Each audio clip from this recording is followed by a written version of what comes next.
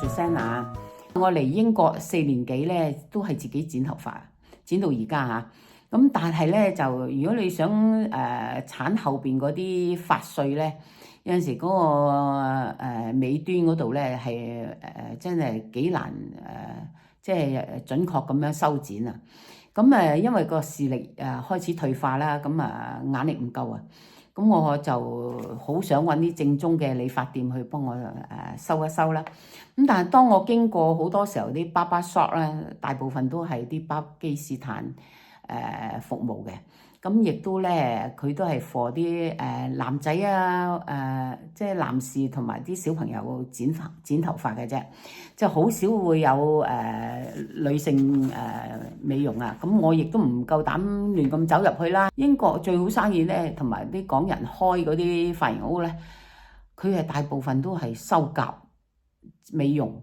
咁我亦都要預約。咁咧，因為咁多問題我個腳部啦。咁而繼續自己剪啦，唯有係嘛？咁今日咧竟然咧去到 downtown咧，係平時係經過嘅，有留意過嘅。咁好多人嘅呢間鋪頭係屬於比較高級啲啦。咁但係平時都幾爆嘅嚇。咁同埋咧即係唔係可以 walk in 啊？但係我今日睇到嗰個牌咧，個水牌寫住 walk in 喎，亦都咧有埋價目顯示喎。咁我咪亦諗住上去喺個玻璃幕前嗰度同佢影低 for reference 啦，係嘛？咁點鬼知咧？嗰個店員咧個店主咧就走出嚟同我招手啊！咁示意叫我入去剪頭髮。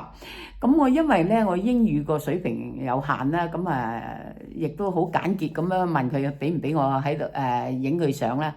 咁佢當時咧就俾個價目表我，亦都示意叫我去唔使影啦。咁叫我入去剪頭髮喎。咁我平時如果有準備而去講一個 topic 咧，我就會記低佢啊，或者去揾啲參考啊。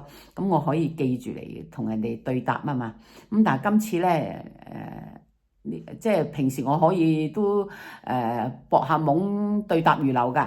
咁但係突然間咧，你叫我講討價還價嘅 topic 咧，我係啞口無言㗎嘛，係咪？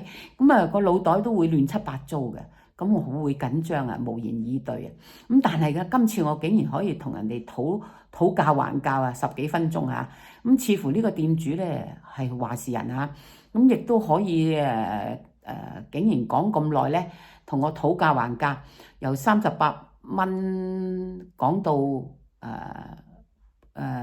低於半價，都唔使幾分鐘就同我剪完啦。真係其實咁係咪好賺咧？佢感覺有啲成功感啦。咁我係咪好開心啊？咁你覺得我係咪剪得幾好啊？係咪好過我自己剪啦？咁嗱呢兩位呢個店主咧係一位男士，佢又唔似英國人啊，但係咧佢係土生土長嘅，佢自己同我講。咁你睇下我幾多問題同佢傾偈咧？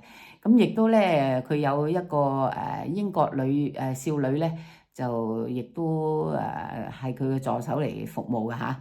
咁即係我覺得佢哋兩個咧都好肯親善招待啊。